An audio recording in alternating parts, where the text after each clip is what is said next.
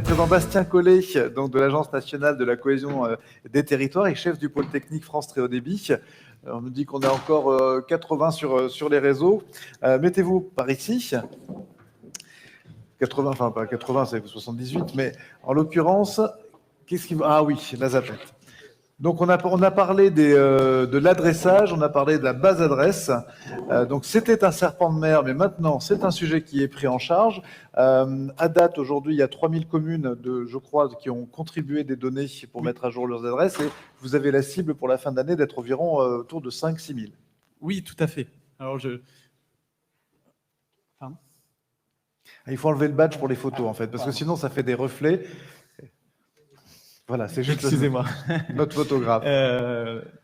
Oui, tout à fait. Je ne sais pas si c'est possible de mettre la présentation. C'est vous qui avez c'est juste vous qui avez la main. Ouais. Je vais revenir en arrière. Ouais, non, très bien, merci. Du coup, alors juste un tout petit mot pour commencer sur le pôle technique du plan France Très Haut Débit. Pour dire que peut-être c'est un pôle, notamment pour les collectivités que vous connaissez moins, vous avez plus l'habitude d'échanger avec les rapporteurs qui sont vos contacts privilégiés. Mais dans toutes les interventions qui ont eu lieu précédemment, il y a plusieurs sujets qui ont été évoqués et sur lesquels nous travaillons au sein du pôle technique. Je pense notamment au guichet cohésion numérique des territoires qui a été évoqué par Christophe de Nornet. On a parlé beaucoup appuis communs et notamment les difficultés d'accès aux appuis communs pour la partie raccordement. On mène justement des travaux pour essayer de simplifier cet accès. Et sur la partie raccordement complexe, il a été évoqué effectivement un dispositif qui est une enveloppe de 150 millions d'euros. On est effectivement actuellement en lien avec la Direction générale des entreprises en train de mener une étude sur ce sujet pour essayer d'imaginer quel pourrait être ce dispositif qui sera effectivement très important pour résoudre ces problématiques de raccordement complexes. Et donc, également, on intervient sur le sujet des bases d'adresses locales. Alors, il faut viser, David. Il faut viser. Ça y est, ça va marcher. C'est bon ? Allez-y.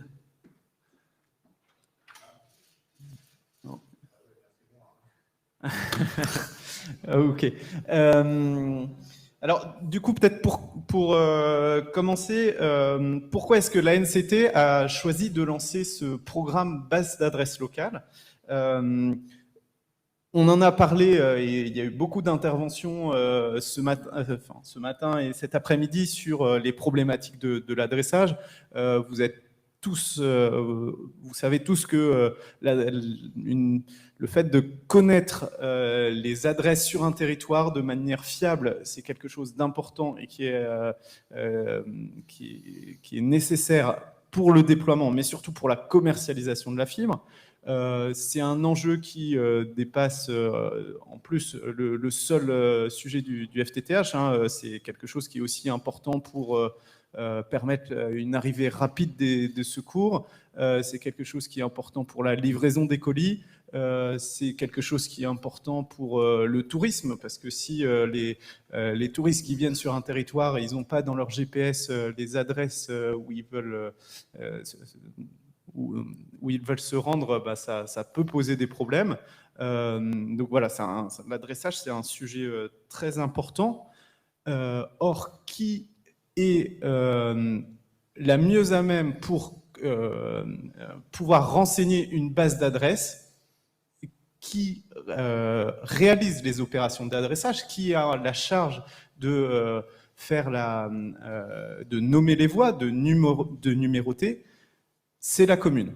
Donc, depuis 2019, il a été décidé que la commune, les communes seraient à l'origine de cette base d'adresses.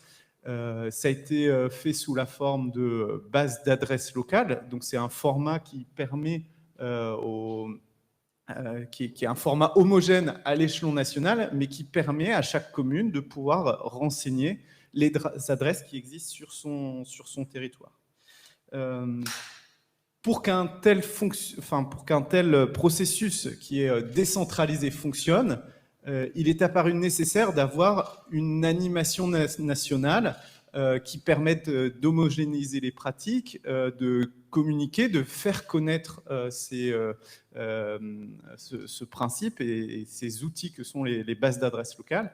Et donc, l'ANCT a lancé, au deuxième semestre de l'année dernière, une start-up d'État au sein de son incubateur, qui est le programme base d'adresses locales. Ce programme vise à faire de la communication, à promouvoir le dispositif auprès de l'ensemble des collectivités, que ce soit les communes, mais aussi auprès des échelons intermédiaires. On reviendra dessus, à faire du support technique. On a mis en place notamment une adresse mail qui sert de support technique. Et surtout, on a repris on a accompagné le développement d'un outil qui avait été initié par la DINUM, qui est l'outil en ligne Mes Adresses, qui est un outil qui permet à chaque commune de pouvoir réaliser très simplement sa base d'adresse locale. Pour que ce processus de création de base d'adresse locale puisse être mise en œuvre par y compris les plus petites communes, il paraissait indispensable d'avoir un outil très simple, gratuit, qui soit utilisable par n'importe qui. Et donc c'est ce que nous avons fait. On vous présentera tout à l'heure je vous présenterai tout à l'heure une petite démonstration de l'outil. Voilà. Alors, hop, ouais, ça marche. Comment ces bases d'adresses locales créées par les communes sont utilisées? Sur les territoires où une base d'adresse locale a été créée par une commune et a été publiée, c'est cette base d'adresse locale qui fait référence. C'est les adresses qui sont contenues dans cette base qui sont utilisées dans la base d'adresse nationale. Toutes les adresses qui sont dans la base locale sont dans la base d'adresse nationale et il n'y a que celle-là sur le territoire de ces communes.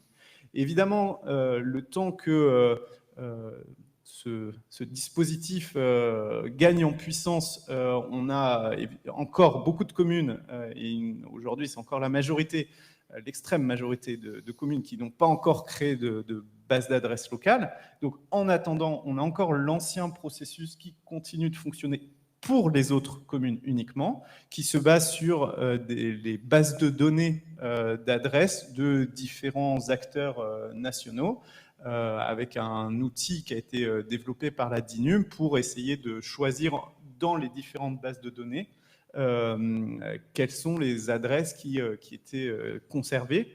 Mais évidemment avec voilà, sans avoir la finesse et la fiabilité que peut représenter une base d'adresse locale qui a été certifiée par la commune, qui est vraiment la seule à même de connaître les adresses de son territoire.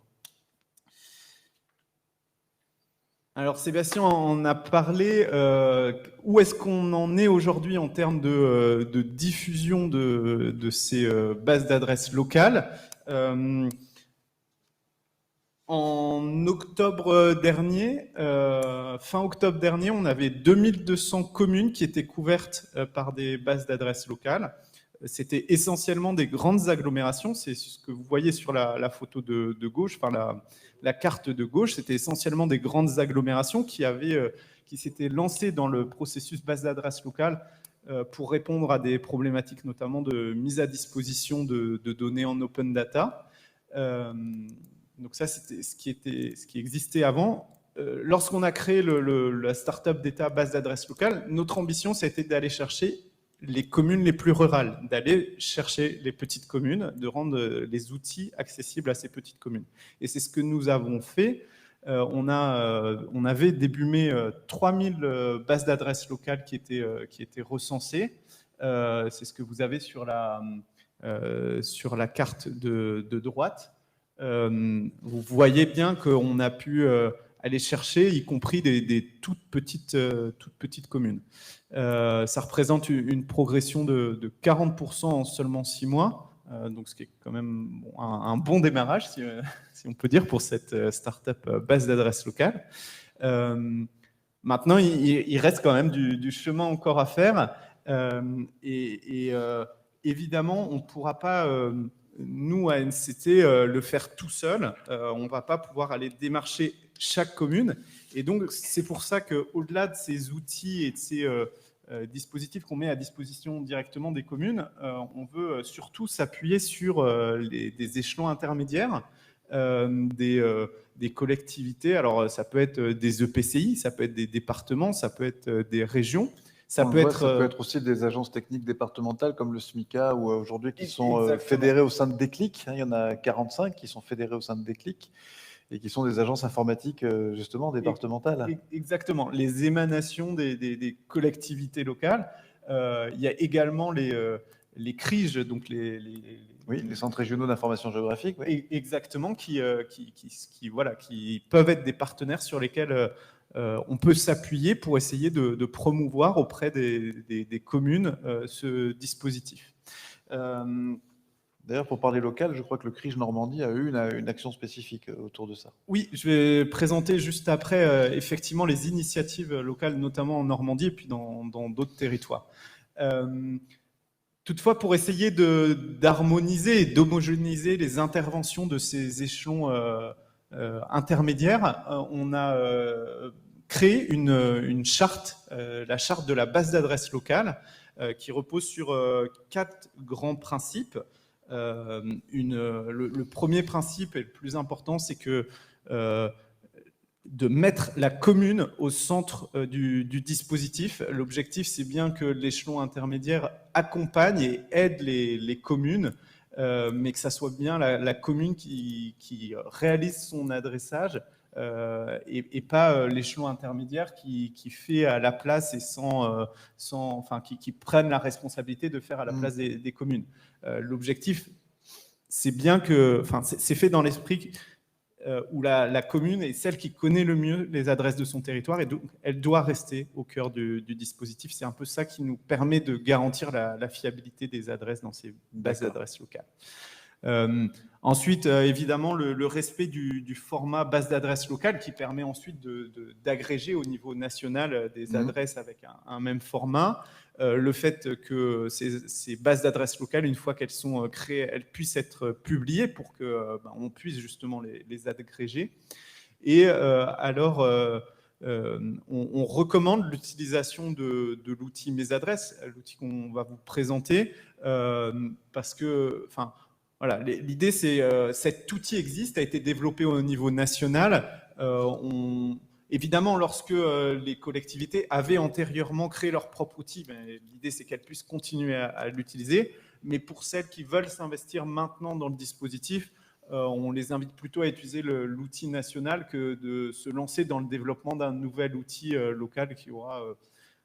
voilà, on pense que c'est peut-être perdre un peu de temps de développement alors qu'il y a un outil qui existe et où d'ailleurs on a pu mettre des fonctionnalités pour que l'échelon intermédiaire puisse avoir une vision de toutes les bases d'adresses locales qui sont créées par les communes sur son territoire.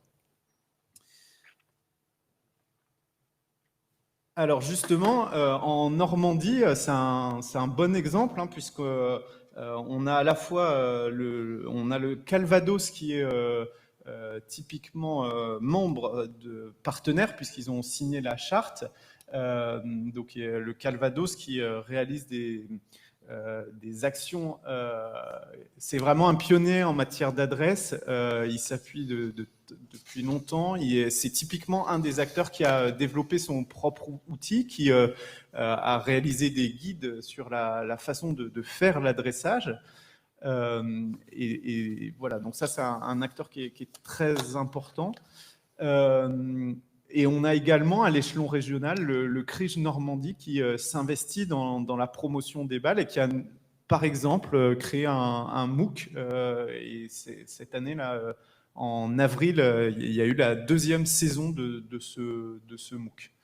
Donc, voilà, ça c'est un peu les initiatives locales ici en Normandie. Quelques exemples où là c'est un peu plus récent. On a deux exemples qui nous paraissent un peu emblématiques. Le premier, c'est celui de Lyon, qui, au travers de sa direction en charge du projet de RIP FTTH, eh bien, a pris son bâton de pèlerin, a été voir l'ensemble des communes et en même temps que le département présente son projet de réseau d'initiative publique, ils en profitent pour dire, pour évoquer l'enjeu de l'adressage et pour mettre en avant le processus base d'adresse locale et l'outil Mes Adresses. Donc voilà, ça c'est quelque chose qui fonctionne très bien. Et en plus, le département de Lyon peut s'appuyer sur IDEO BFC, qui est la plateforme d'information géographique au niveau régional, et qui propose des formations, qui propose des supports et anime le lien entre tous les départementaux et aussi avec les associations des maires départementales, qui sont aussi des acteurs qui ont une certaine influence et qu'il faut absolument utiliser, sur lesquels il faut s'appuyer. Et puis le deuxième exemple, qui est aussi assez récent, c'est celui de la Corse. La Corse, c'est un territoire sur lequel la problématique de l'adressage était particulièrement prégnante. Je crois qu'on avait un recensement où 40%, on peut l'imaginer. 40% des logements étaient sans adresse en Corse. C'était vraiment, voilà, il y a un historique en Corse. C'est chez nous, mais je connais pas. C'est ça. Mais on a eu une initiative. Alors, c'était pas voilà, quelque chose qu'on avait imaginé, mais c'est une initiative qui est venue d'un tiers-lieu qui a décidé de se lancer sur l'adressage de la commune. Alors ça s'est fait en partenariat avec le maire de la commune où était présent le tiers-lieu, qui a établi une méthodologie pour aller créer des adresses tout en tenant compte des spécificités de la Corse. Alors, une des spécificités, c'était notamment qu'ils ont des quartiers. Des quartiers, voilà, ils n'avaient pas d'adresse, mais ils avaient des quartiers. Et il était très important pour eux, parce que c'est ce qui est connu des habitants, c'est de conserver cette notion de quartier. Donc, ils ont créé des rues. Et dans le format base d'adresse locale et dans l'outil Mes Adresses, on a ce qu'on appelle un toponyme, donc qui sert justement à conserver cette notion. Alors pour la Corse, c'est la notion de quartier, mais pour d'autres communes, ça peut être pour conserver les lieux-dits. On sait qu'on a, souvent, c'est les cas des lieux-dits où on veut créer les adresses parce que les lieux-dits, ils n'ont pas d'adresse. Mais les habitants veulent conserver le nom de leur lieu-dit, et donc on peut s'appuyer sur cette notion de toponymie. Et je complète avec le fait que sur la Corse, on a la collectivité de Corse qui aussi fait la promotion de ce projet, qui s'est inscrit dans le projet. Et puis quelque chose d'un peu particulier, il y a un comité de massif en Corse, et le comité de massif accorde des subventions aux communes, notamment pour l'achat et la pose des plaques de rue, parce que quand on crée des adresses, après il faut poser des plaques de rue, et ça peut être la partie qui peut être un petit peu coûteuse. Alors, si on peut... Alors, c'est le tuto de Bastien. Oui, si on peut passer la petite... c'est la vidéo tuto. Voilà. C'est juste pour vous montrer rapidement l'outil. Parce que ça, c'est typiquement un outil qu'on peut montrer à des communes. C'est la démarche que peut accomplir une commune directement en ligne. C'est ça. Le but, c'est de vous montrer que c'est un outil qui est très simple. Donc, on clique sur Mes Adresses. On va créer une nouvelle base. On a 3 champs à renseigner pour créer une nouvelle base d'adresse locale, lui donner un nom, une adresse email qui permet, qui est un peu l'identifiant qui permettra de retrouver la base d'adresse locale. Et ensuite, il suffit de choisir une commune. Alors, là, dans la vidéo, c'est une commune de Bretagne. On indique qu'on veut conserver les adresses qui existent dans la base d'adresses nationale. Ça nous permet d'avoir un premier jeu de données. Ça permet à la commune d'avoir un premier jeu de données. Et donc, voilà, ça apparaît. On a à gauche l'ensemble des rues de la commune qui apparaissent et sur lesquelles on va pouvoir aller travailler. Et à droite, on a l'ensemble des adresses qui apparaissent. Donc, on clique sur une rue, par exemple, sur laquelle on se dit que voilà, on veut corriger ou compléter les adresses qui existent sur cette rue. Donc là, on a l'ensemble des adresses qui sont apparues. Et donc, on peut aller, évidemment, si on s'aperçoit qu'il manque une adresse, on va la rajouter. On rajoute l'adresse, on la positionne assez facilement, on la positionne. Alors, ce que vous n'allez pas voir peut-être dans la vidéo, c'est qu'on a plusieurs fonds de plan. Là, c'est un fond de plan OpenMap. On peut avoir un fond de plan des vues aériennes et on a un fond de plan du cadastre. Voilà, ça fait 3 fonds de plan qui permettent, parce qu'on sait qu'ils sont le cadastre, les secrétaires de mairie sont familiers et familières de ça. Oui. Voilà. C'est un bon référentiel. Donc on rentre le numéro, on peut renseigner sur le type de position de cette adresse. C'est pas une obligation, mais ça peut être utilisé. Et y compris ce qui est prévu par le format, on peut avoir plusieurs positions pour une adresse si on veut mettre l'entrée, si on veut mettre le centre de la parcelle. Et puis, une fois qu'on a fait, on enregistre. Et voilà, on a créé une nouvelle adresse dans la base. Alors, on peut évidemment changer le nom de la rue si on pense que voilà, le nom de la rue est pas bon. On a un petit outil qui va pas être présenté ici, mais enfin voilà, ça sera un peu long, mais c'est un petit outil qui permet de faciliter la numérotation métrique. En fait, il permet juste de calculer automatiquement à quel numéro on en est, parce qu'en numérotation métrique, voilà, ça dépend à quelle distance on est du début de la rue, et ça nous dit juste, voilà, vous êtes au numéro 53 parce que vous êtes à 53 mètres du début de la rue. On sait que voilà, quand on crée des nouvelles adresses, souvent on veut se mettre en numérotation métrique et c'est quand même utile. Et une fois qu'on l'a fait pour la rue et qu'on a parcouru l'ensemble des rues, qu'on a corrigé et complété l'ensemble des adresses de l'ensemble des rues d'une commune, eh bien, il suffit de publier. Alors voilà, on clique sur publier. Ça demande si on veut vraiment publier, de confirmer. Donc elle passe en mode prête à être publiée. Et alors, ce qu'on ne voit pas dans la vidéo, mais si on continue et qu'on clique en disant qu'on veut vraiment la publier, la dernière étape, c'est une étape d'authentification. Le but, c'est que ça soit la commune qui certifie sa base d'adresse locale. Donc, elle doit s'authentifier. On a 2 moyens pour s'authentifier. Soit on s'authentifie sur France Connect avec voilà, la référence de la commune sur France Connect, soit on utilise l'adresse mail officielle de la mairie telle qu'elle existe dans les bases de données officielles de l'administration. Et donc, voilà, ça permet d'authentifier la publication. Et une fois que c'est publié, c'est enregistré automatiquement sur la base d'adresse nationale.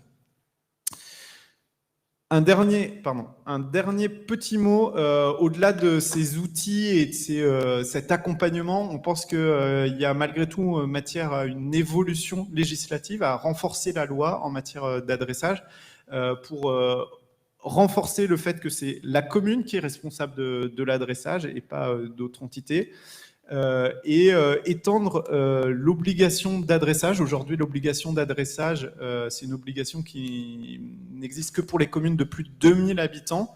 On pense que maintenant, il est temps de créer de l'adressage pour l'ensemble des communes et d'institutionnaliser l'obligation de remonter ces adresses une fois qu'elles ont été créées dans cette base d'adresse nationale via les bases d'adresse locales. C'est quelque chose qu'on a discuté avec l'ensemble des associations, notamment l'AMF, l'AITF, France Urbaine, enfin voilà, des associations qui sont représentatives et qui sont, sur lesquelles elles sont d'accord. Je pense que l'AMRF serait bien dans le tour de table aussi. Oui, alors on a échangé avec elle. Voilà, mais ça fait partie des acteurs avec qui Tout à fait. on discute. Et comme vous n'êtes pas sans savoir qu'il y a le projet de loi 4D qui va arriver en discussion au Sénat, et donc on a prévu un article pour cette voilà, évolution législative dans le projet de loi 4D. Et pour finir, donc on vous a mis quelques ressources, contacts pour aller un peu plus loin. Un point important, c'est celui des témoignages. Vous aurez notamment le témoignage de toutes petites communes, alors celle par exemple de Corse, notamment aussi des communes dans les Hautes-Alpes qui sont toutes petites et qui ont réussi à créer leur base d'adresse très facilement. Vous avez aussi des témoignages d'échelons intermédiaires, d'acteurs qui sont, y compris des porteurs de projets de RIP. Je crois normalement qu'on a un témoignage de Mégalis qui doit être en cours de publication. Voilà, n'hésitez pas à aller voir. Et vraiment, pour conclure, moi, le message que je veux vraiment faire passer, c'est vers les porteurs de projets de RIP. Saisissez-vous du sujet. On est prêt à vous aider, à vous accompagner. On a mis à disposition un certain nombre d'outils, mais on a aussi besoin de vous pour aller porter la bonne parole auprès des communes. Et c'est ensemble qu'on réussira à affronter à résoudre cette problématique de l'adressage. Voilà, je vous remercie. Merci beaucoup Bastien Collet. Merci. Effectivement, ce problème est pris à bras le corps. Bon, on en a encore 10 fois comme ça à faire, mais c'est vrai que, voilà, là encore, on est sur cette logique de bien commun. Les réseaux sont un bien commun. Les adresses qui permettent de créer le raccordement, c'est un bien commun. Personne n'est consommateur dans cette histoire. Tout le monde est partenaire. Alors, en guise de conclusion, on a entendu aujourd'hui que l'exigence de raccordement avec le Covid était devenue, au départ, une priorité, c'était devenu une urgence. Que quelque part, il n'est peut-être pas opportun de se laisser prendre par l'urgence. Il faut garder effectivement la tête froide, rester raisonnable et continuer à faire le travail bien pour ne pas être obligé de le refaire et pour assurer la satisfaction finale des personnes. En attendant, il y a un certain nombre d'alternatives qui existent. On a parlé du satellite avec Christophe Houtier, mais pour travailler, on a déjà beaucoup de choses. On a d'abord la relation de confiance qui existe entre les territoires et les opérateurs. On a des guides, on a eu Objectif Fibre, le Credo, on a du savoir-faire, on a des gens qui ont des compétences, on a des contrats stock V2 et surtout, ce que j'ai ressenti aujourd'hui, c'est qu'on avait l'envie de prendre le temps de bien faire les choses. C'était le titre de l'édito d'Étienne Dugas pour ses états généraux des RIP, c'était vite et bien. Donc c'est peut-être ce qu'on va retenir, le bien étant peut-être la priorité sur le vite, mais on a déjà de l'avance, on l'a vu en Europe. Donc si aujourd'hui nos entreprises, nos opérateurs, nos entreprises d'infrastructure s'exportent aussi bien, c'est aussi parce qu'elles font du bon boulot. Et je pense que c'est important de garder ça, et que ce ne soit pas finalement la vitesse au détriment de la qualité. Je vous donne rendez-vous le 17 mars 2022, ici même pour les EGRIP, les États généraux des RIP numéro 11. On verra d'ici là si la question des réseaux d'initiative publique est devenue un sujet présidentiel, puisqu'on sera... un mois et demi avant la grande échéance électorale. Merci à ceux qui nous ont suivis en ligne ce matin et cet après-midi. Merci à ceux qui étaient présents avec nous et qui ont pu profiter de l'accueil extraordinaire que nous a réservé Cœur Côte Fleurie Deauville. Et donc rendez-vous en mars prochain. Et d'ici là, portez-vous bien et continuez à raccorder les gens et à apporter la lumière dans les foyers. Voilà. Merci, à très bientôt.